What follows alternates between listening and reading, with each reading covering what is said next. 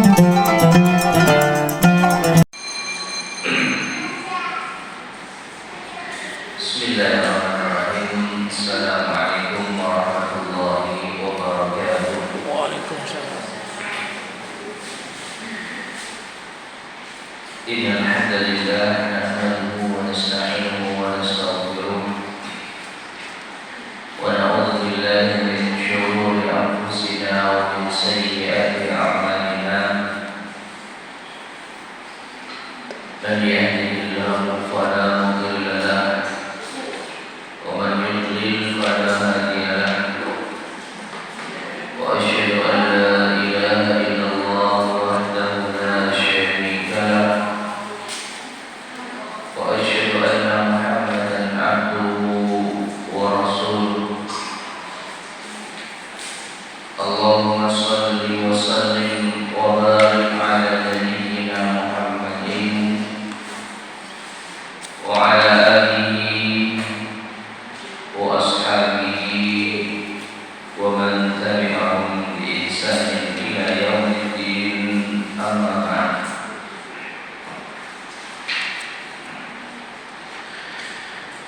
Ma'asyiral muslimin, para jemaah sekalian rahimani wa rahimakumullah. Alhamdulillah, segala puji bagi Allah Subhanahu wa taala yang dengan nikmatnya lah Allah mempertemukan kita kembali di majelis yang mulia ini untuk melanjutkan kajian kita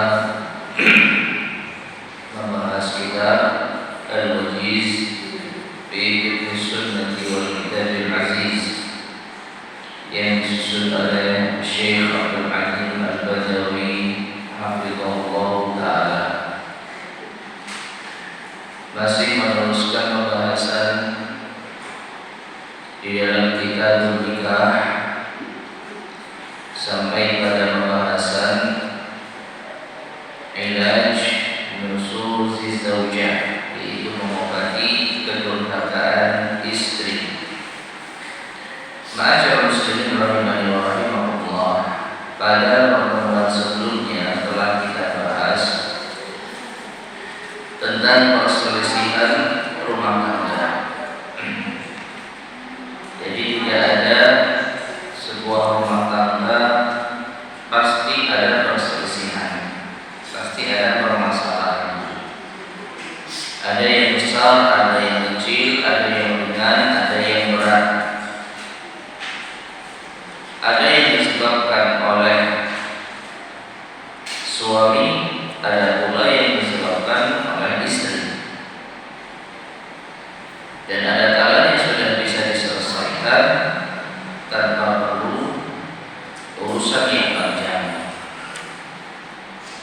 Dan ada pula yang butuh untuk diselesaikan dengan urusan yang cukup panjang. Dan di antaranya adalah apabila kesalahan ini ada pada pihak istri, bagaimana cara Islam untuk menyelesaikannya.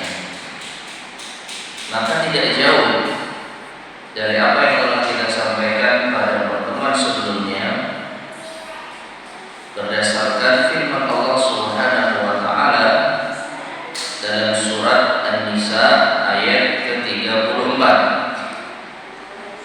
Allah Azza wa Jalla berfirman, "Wallati takhafuna nushuzahunna fa'iduhunna wahjuruhunna fil madaji wadribuhun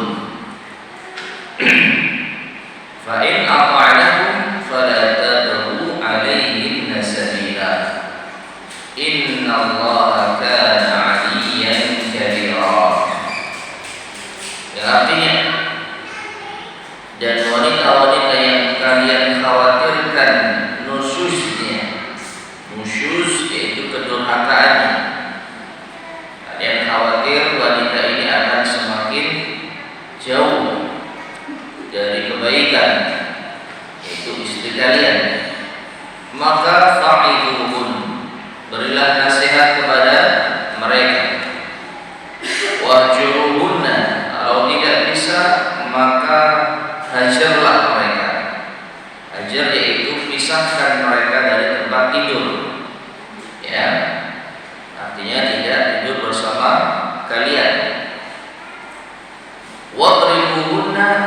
dan pukullah mereka dengan pukulan yang tidak menyakitkan, bukan pukulan yang menyiksa.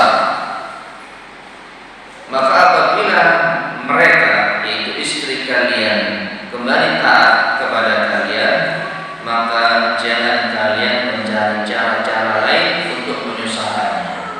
Terimalah, yaitu permintaan maaf mereka. Kalau mereka kembali, maka hendaknya suami menerimanya. Jangan mencari-cari cara kesalahan-kesalahan mereka yang diperbesar. Sesungguhnya Allah Maha Tinggi lagi Maha Besar. Nah, ini adalah panduan di dalam Islam mengatasi kedurhakaan istri. Disebutkan di sini fa'iduhunna, nasihatilah mereka. Inilah langkah pertama dan merupakan kewajiban utama bagi pemimpin keluarga. Jadi firman Allah di dalam surat An-Nisa ayat 34, mengobati kedurhakaan istri, maka ini diterapkan secara berurutan. Jangan kita melakukannya tidak berurutan. Belum dinasihati sudah dipukul, belum dinasihati sudah dipisahkan dari ranjangnya. Maka nasihati ini yang pertama. Dan yang namanya nasihati itu betul-betul menyampaikannya di hadapannya, bukan dengan saling mendiamkan, bukan dengan saling menyindir ataupun yang lainnya. Langsung berhadapan dengan istri, sampaikan apa yang salah menurut Islam. Maka seorang suami dituntut untuk dapat mendidik istri pada setiap keadaan, sebagaimana firman Allah, ya ayyuhalladzina amanu qu anfusakum wa ahlikum nara wa quduha an-nas wal hijarah. Wahai orang-orang yang beriman, jagalah diri kalian dan keluarga kalian dari api neraka yang bahan bakarnya adalah manusia dan batu. Nah, ini kita diperintah oleh Allah Subhanahu wa taala untuk menjaga diri dan keluarga. Keluarga mencakup istri dan anak. Jadi seorang kepala rumah tangga, dia harus bisa untuk mengarahkan keluarganya. Termasuk di antaranya kalau ada yang salah dari mereka, dinasihati dengan cara yang baik. Maka langkah pertama mengobati yaitu kedurhakaan atau kesalahan istri adalah dengan nasihat. Akan tetapi dalam keadaan seperti ini, yaitu seorang suami harus mempunyai konsep tertentu untuk tujuan tertentu, yaitu mengobati tanda-tanda nusyuz atau kedurhakaan sebelum permasalahannya menjadi genting dan terbuka.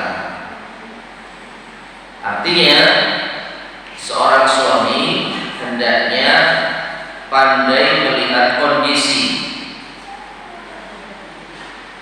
sebisa mungkin sebelum terjadi kedurhakaan, sebelum terjadi perselisihan. Maka suami hendaknya pandai untuk melihat kondisi. Jangan membuka pintu-pintu yang bisa menyebabkan istri durhaka. Makanya ini menuntut suami memiliki ilmu agama yang memadai, karena dia akan tahu batasan-batasan mana pintu-pintu yang bisa menyebabkan kedurhakaan istri. Bisa jadi itu karena kita sendiri yang terlalu melonggarkan, misalkan kita yang tidak memiliki yaitu kemampuan untuk mendidik dan mengarahkan istri. Kita bebaskan dengan sebebas-bebasnya, sehingga apabila suatu saat istri melakukan kesalahan,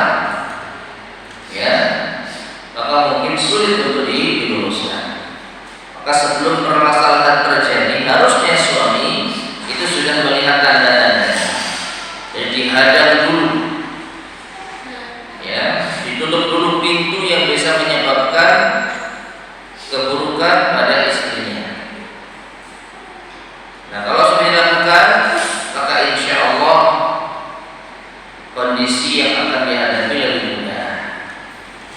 Itu idealnya. Namun bisa jadi memang suami sudah berusaha semaksimal mungkin untuk menutup pintu-pintu celah-celah yang menyebabkan istri durhaka, tetapi ya ternyata istri tetap durhaka. Ya, ini kembali lagi kepada ketentuan Allah Subhanahu wa Ta'ala yang menjadikan seorang suami sebagai kepala rumah tangga harus benar-benar bijak. Jadi yang pertama nasihat. Kemudian, namun bisa jadi nasihat akan tidak bermanfaat.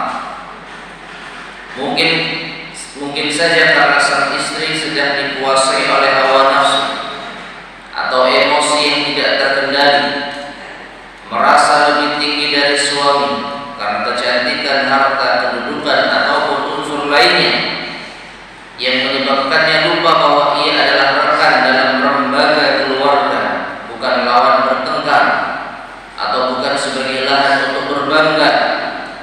Dalam keadaan seperti ini, suami harus menempuh tindakan yang kedua, suatu sikap yang mencerminkan keunggulan derajat suami di atas segala sesuatu yang menjadi kebanggaan istri, baik itu berupa kecantikan, daya tarik atau hal lain yang menjadikan ia merasa lebih tinggi daripada suami. Langkah tersebut adalah wahjuruhunna fil madaji, pisahkanlah mereka dari tempat tidur mereka. Ma'asyar muslimin rahimani wa rahimakumullah. Jadi langkah kedua ketika nasihat itu tidak ampuh untuk mengobati kedurhakaan istri, maka perlu langkah berikutnya yang menunjukkan bahwa suami ini memiliki kekuasaan penuh di dalam rumah tangganya. Untuk menunjukkan bahwasanya suami ini memiliki kendali di dalam rumah tangganya, untuk menunjukkan sikap bahwa istri ini ibarat rakyat di dalam sebuah pemerintahan. Apa itu? Wahjuruhunna fil madaji, pisahkan istri dari tempat tidur mereka. Disebutkan alasannya, ranjang pasutri, pasangan suami istri merupakan daya tarik istri yang sering dijadikan alasan, seakan-akan istri lebih tinggi dan sangat dibutuhkan suami. Maka jika suami dapat menahan keinginan untuk menggauli istri, berarti ia telah dapat mematahkan senjata paling ampuh yang dibanggakan oleh istri yang durhaka. Wallahu a'lam bishawab. Arah pembicaraan dari yang disebutkan oleh al-muallif hafizahullah, istri yang durhaka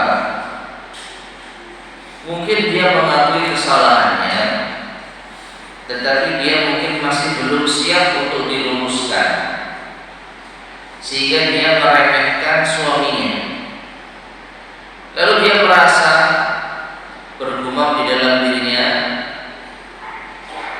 kalau dengan bahasa ungkapan sederhana, alah nanti ya suami butuh aku kok. Nah gitu ya, paham ya? Jadi istri tahu dia ini salah, istri tahu kalau dia ini keliru, tapi dia tidak mau mengaku kesalahan, tidak mau diluruskan. Suami sudah menasehati, tidak mempan. Nah istri merasa suami semarah-marahnya, nanti kalau butuh ya datang ke aku. Jadi ini yang dibanggakan oleh istri, itu apa? Ranjang pasutri. Kalah marah-marah, oh nanti butuh ya datang ke aku. Ini bahasa mudahnya. Maka seorang suami yang benar-benar ingin meluruskan istrinya ketika menasihati istri tidak mempan, maka dia harus memiliki sikap menampakkan bahwa dia tidak mudah terpengaruh dengan godaan istrinya. Ya, jadi Jadi menampakkan seakan-akan dia nggak butuh istrinya. Lagi-lagi ini sekedar cara untuk menunjukkan bahwa suami itu di atas istri, memiliki kekuasaan di dalam rumah tangganya. Jadi tidak mudah dirayu. Ya, maka istri ketika sudah disuruh keluar dari ranjang, maka ini setidaknya membuat efek jerah. Ini yang diharapkan. Ya, tapi sekarang kayaknya terbalik ya. Justru suami yang tidur di luar. Ya, berarti suaminya ini yang nggak punya power ini. Ya, kalau istri dalam kondisi salah, dinasihati nggak mempan, ini sekarang ini kita kembali kepada ayat, maka suami yang lebih berhak untuk menguasai kamarnya, mati di luar mah, itu di luar, itu di sofa sana, ya. Meskipun yang kita sering dapati kebalik, kalau istrinya lagi gondok, suami kalah tidur di luar. Ya. Wallahu a'lam bishawab. Ini apabila permasalahan yang mungkin masalah kecil ya, ada masalah suami tidur di luar, tidak masalah ya. Demi untuk mendinginkan suasana, berharap besok sudah baikan kembali, tanpa melihat mungkin ya salah satu dari mereka salah tapi tidak mengakui, tapi memaklumi lah. Nah, ini permasalahannya adalah istri yang salah fix, ini istri yang durhaka, dinasihati nggak mempan, maka suami harus menampakkan kedikdayaannya. Apa? Ya, istri diusir dari kamar. Nanti kalau kabur gimana? Nah, ini makanya disebutkan di sini. Akan tetapi dalam menempuh langkah yang kedua ini, suami harus memperhatikan beberapa adab. Di antaranya tidak menampakkan sikap tersebut secara terang-terangan di depan selain istri. Jangan menampakkannya di depan anak-anak, karena dapat menumbuhkan sikap jelek dalam diri mereka. Jangan menampakkannya di depan orang lain, yang akan merendahkan derajat istri, sehingga bisa jadi akan membuatnya semakin durhaka. Karena maksud ditempuhnya langkah ini adalah untuk mengobati nusyuz istri, supaya istri ini gak apa durhaka dia, bukan untuk menghinakannya atau merusak anak-anak. Namun bisa jadi langkah ini pun tidak berhasil. Namanya upaya, ada kalanya gagal. Jadi sekali lagi, memisahkan istri dari tempat tidurnya ini diantara upaya, dan kita insya Allah lebih tahu melihat kondisi. Tapi secara logika iya, ini cukup realistis. Karena sekali lagi, terkadang istri yang durhaka, dia masih merasa bisa menguasai suaminya, kalau dia bisa menguasai ranjangnya. Kadang-kadang suami pasti butuh aku kok. Tetapi kalau suami menunjukkan sikap bahwa saya tidak butuh kamu, saya butuh kamu itu taubat, saya butuh kamu itu sembuh dari kedurhakaan. Kalau dinasihati tidak bisa, keluar dari kamar. Namun melihat kondisi sekitar, jangan sampai di hadapan anak-anak kita menunjukkan hal ini kepada istri atau kepada orang lain, atau bahkan waliyatubillah ya sampai diunggah di medsos misalnya.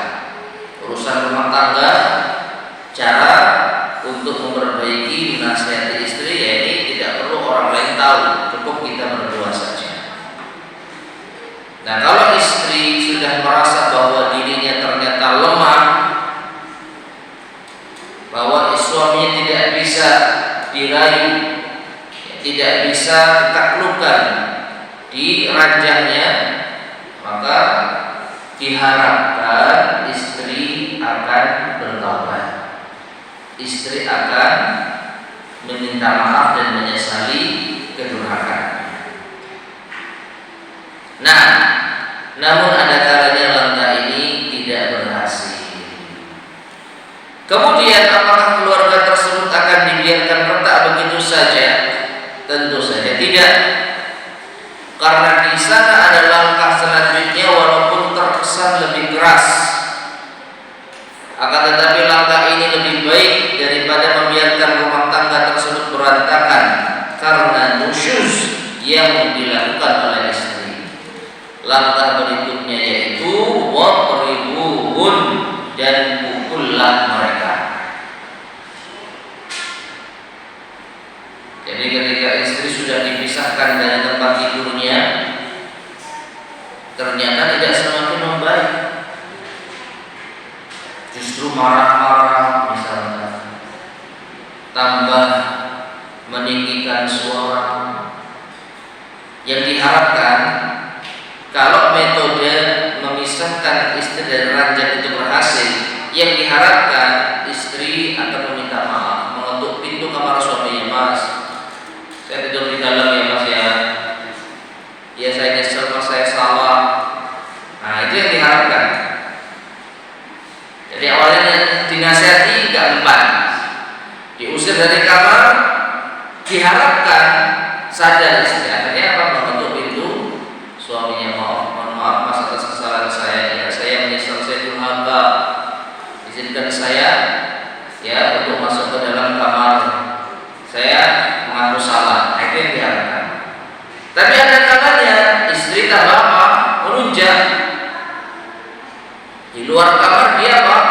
Meninggikan suara, ngamuk-ngamuk. Dan disinilah di antara langkah yang ditunjukkan di dalam ayat ini memukulnya. Akan tetapi pukulan tersebut bukanlah untuk menyiksa istri sebagai aksi balas dendam terhadap kedurhakaannya. Bukan pukulan KDRT, ya, bukan untuk menghinakan, juga bukan untuk memaksa istri melakukan sesuatu yang tidak ia ridhoi. Jadilah pukulan tersebut sebagai pukulan pembelajaran, pukulan mendidik yang disertai dengan sikap kelemah lembutan seorang pendidik, seperti apa yang dilakukan oleh seorang ayah terhadap anaknya atau seorang guru terhadap muridnya. Ya, jadi memukul dengan sesuatu yang tidak menyakitkan, memukul sesuatu dengan benda yang tidak menyebabkan luka. Misalkan apa? Memukul dengan kertas atau lembar di bulat-bulat, ya apa? Digulung lalu dipukul. Sekeras apapun kertasnya yang bengkok nanti. Atau dipukul dengan satu batang sapu lidi. Bukan sapu lidi sak gombyok ya. Ya, sakit ini. Tapi kalau satu batang, ayo, ya, ngomong apa kamu tadi misalnya. Ini pukulan yang menunjukkan sikap bahwa suami ini kepala rumah tangga, bisa melakukan hukuman kepada istrinya. Maka Islam membolehkan para suami untuk menempuh langkah-langkah tersebut atau langkah tersebut dalam rangka mengobati tanda-tanda nusyuz sebelum menjadi genting. Ini sebuah isyarat bahwa apa yang dilakukan ini bisa jadi ketika kedurhakaan istri ini masih belum terlalu berat. Mungkin hanya sekedar ya melawan dengan ucapan, menunjukkan sikap yang tidak patuh. Nah, cara-cara ini dilakukan, menasehati memisahkan dari tempat tidur lalu memukul. Nah, akan tetapi Islam juga memperingatkan jangan sampai pembolehan tersebut disalahgunakan. Rasulullah SAW telah mengarahkan umatnya agar bersikap tepat dalam hal ini, baik melalui sunnah amaliyah perilaku beliau dengan istri-istri beliau maupun secara langsung dengan sabda-sabda beliau dalam berbagai kesempatan. Di antaranya dalam hadis berikut ini dari Muawiyah bin Haidah radhiyallahu anhu bahwa ia berkata, "Wahai Rasulullah, apakah istri atas kami?" Beliau sallallahu alaihi wasallam bersabda, "An tut'imaha idza ta'imta." Engkau memberinya makan ketika engkau bisa makan. Wa taksuha idza tasaita. Engkau memberinya pakaian jika engkau memiliki pakaian. Wala tadribil wajh, jangan memukul wajah. Wala tuqabbih, jangan engkau menjelek-jelekkannya. Wala tahjur illa fil bait, dan janganlah memisahkannya kecuali tetap di dalam rumah. Ya. Jadi yang namanya pisah ranjang itu yang pisah hanya ranjangnya, atapnya tetap sama.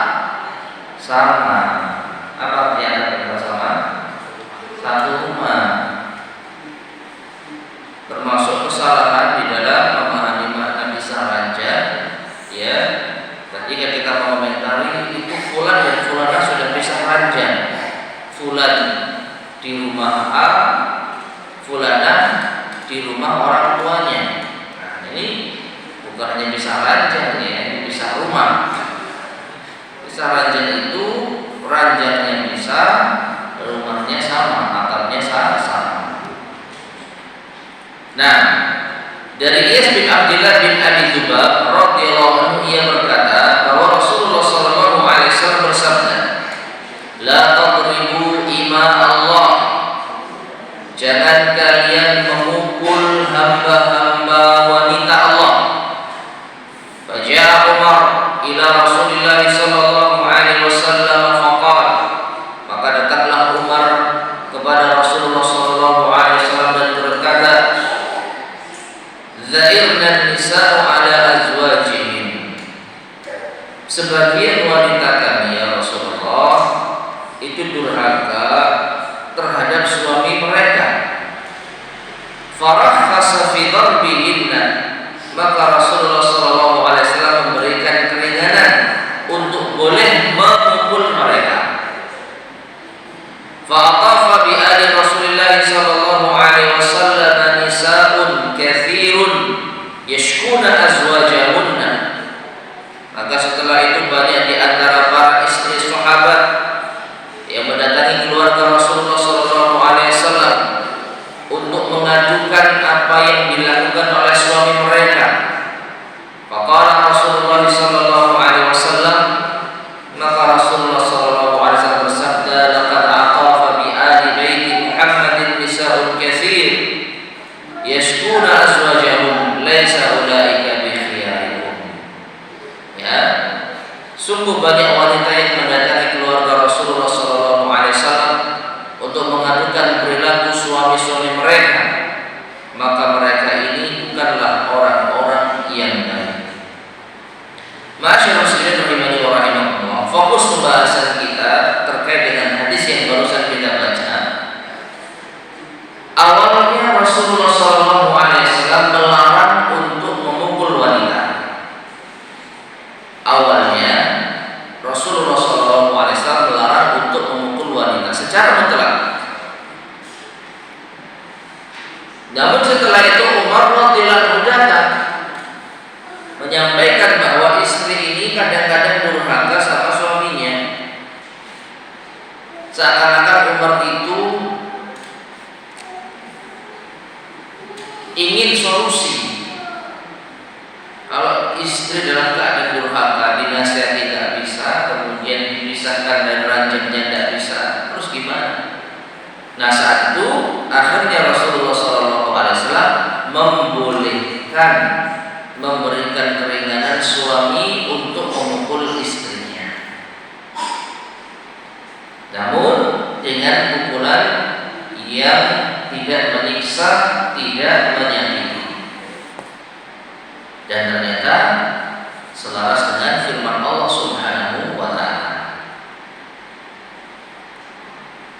Namun sekali lagi ma'asyar muslimin rahimani wa rahimakumullah, ini adalah sebuah atau sesuatu yang dibolehkan, tidak diharuskan dan diwajibkan. Artinya kalau seorang suami bisa menasihati istri ataupun sampai memisahkan istri dari ranjangnya, tapi ternyata istri masih belum jerah, suami punya cara lain selain memukul, ya silahkan. Ya, jadi nggak harus memukul, tetapi kalaupun memukul itu dibolehkan dengan yaitu aturan yang sangat ketat yang telah kita sampaikan. Jangan menyiksa, jangan memukul wajah, dan jangan menunjukkannya di hadapan orang lain yang mengisyaratkan ini untuk menghinakannya. Ya. Maka pukulan ini adalah pukulan yang mendidik, bukan menyiksa. Baik. Kemudian dari Abdullah bin Zam'ah bahwasanya ia telah mendengar Nabi sallallahu alaihi wasallam bersabda, "Ya'nidu ahadukum fayajlidu imra'atahu jaldal 'abdi, fala'allahu yudaji'uha min akhir yaumih." Bagaimana mungkin seorang di antara kalian sengaja mencambuk istrinya seperti ia mencambuk budaknya, lalu di sore hari ia memukulinya. Nah, ini termasuk di antara kesalahan suami yang memukul istri dengan pukulan yang menyakitkan, masuk dalam kategori KDRT. Tetapi malam hari ternyata istrinya dipukuli. Ya. Nah, ini terkesan Allah alam bisawab betul-betul merendahkan istri. Siangnya disiksa, malamnya dipukuli. Ya. Maka bagaimana mungkin ada seorang laki-laki yang seperti ini? Artinya ini adalah perbuatan yang keliru. Kemudian yang jelas, langkah-langkah di atas tersebut memiliki batasan-batasan yang harus diperhatikan. Ingat, tujuan kita adalah membuat istri ini jerah kembali kepada Allah, bukan semakin jauh dari Allah. Jika tujuan tersebut telah tercapai pada salah satu langkah tersebut, maka kita tidak perlu menempuh langkah yang selanjutnya. Misalkan dengan nasihat sudah cukup, ya jangan dipisahkan dari ranjangnya. Ya, jangan dipukul. Demikian pula apabila seorang suami merasa ini nasihat kayaknya nggak cukup sekali deh, ya makanya jangan buru-buru untuk melakukan langkah yang kedua. Dinasihati sekali tidak mempan, langsung dipisah ranjang. Dipisah ranjang tidak mempan, langsung dipukul. Jadi tanpa melihat kondisi, maka bisa jadi nasihat itu butuh kesekian kali. Ya. Jadi nggak harus satu langkah gagal di percobaan pertama, upaya pertama langsung beralih kepada langkah kedua. Tidak harus. Tidak harus. Bisa jadi dalam langkah yang pertama ini butuh waktu yang cukup panjang, nasihati setiap hari. Ternyata berhasil, ya sudah cukup, tidak perlu pisah ranjang dan tidak perlu dipukul. Ya, jadi kalau ternyata sudah cukup dengan beberapa langkah sebelumnya, maka fa'in ata'nakum fala tabghu 'alaihinna sabila. Kalau mereka istri sudah mentaatimu kembali, maka jangan kamu mencari-cari kesalahan untuk menyusahkannya. Nah, sehingga tatkala tujuan telah tercapai, maka dengan sendirinya langkah tersebut diberhentikan. Sudah tidak perlu pada langkah kedua dan ketiga. Hal ini menunjukkan bahwa ketaatan istri adalah maksud dari ditempuhnya langkah-langkah di atas. Itu sebuah ketaatan yang didasari atas kesadaran, bukan paksaan. Karena ketaatan yang didasari keterpaksaan tidak akan dapat menciptakan keharmonisan bahtera rumah tangga yang merupakan fondasi bagi bangunan suatu masyarakat. Makanya lebih baik, ya,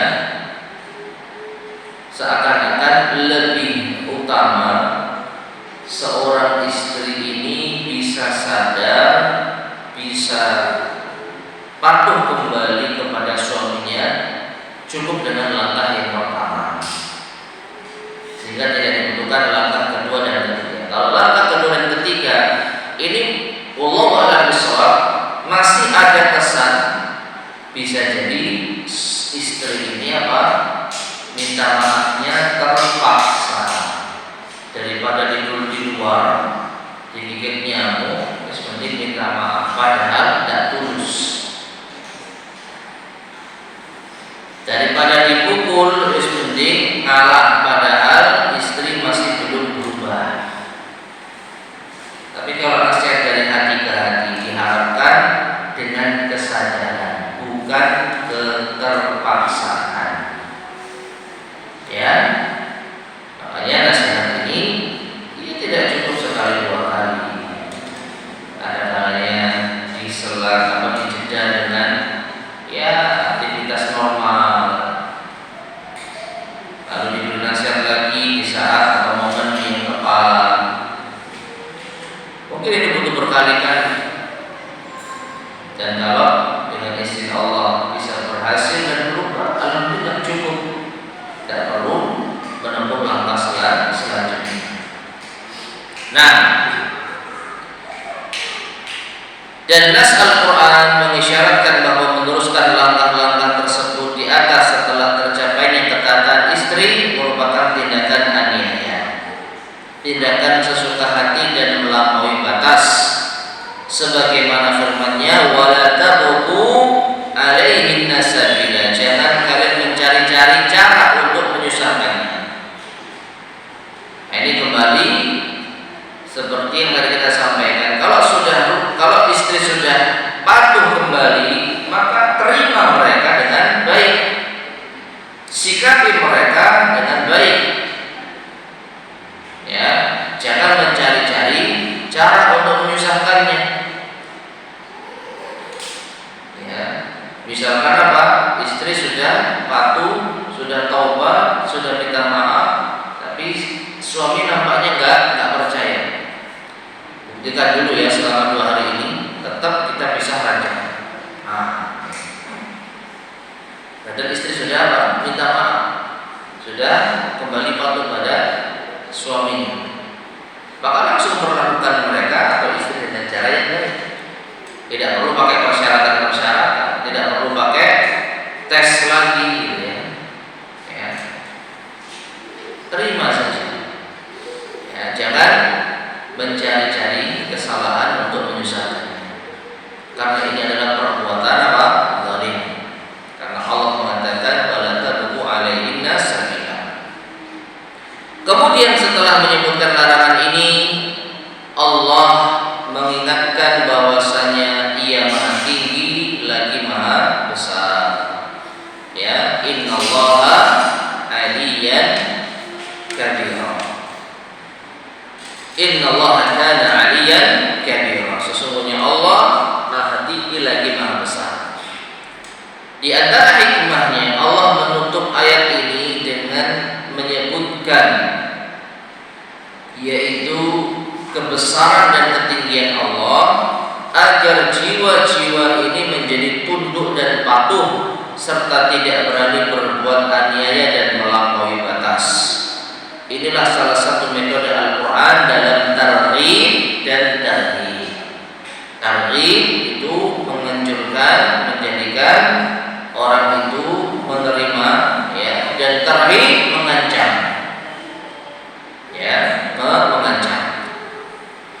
Jadi antara metode Al-Quran itu selain tarhib memotivasi orang, tarhib ya, memotivasi orang dengan apa, misalkan surga, Sari'u ila maghfiratin min rabbikum wa jannah, bersegeralah kalian untuk meraih ampunan dari Tuhan kalian dan surga.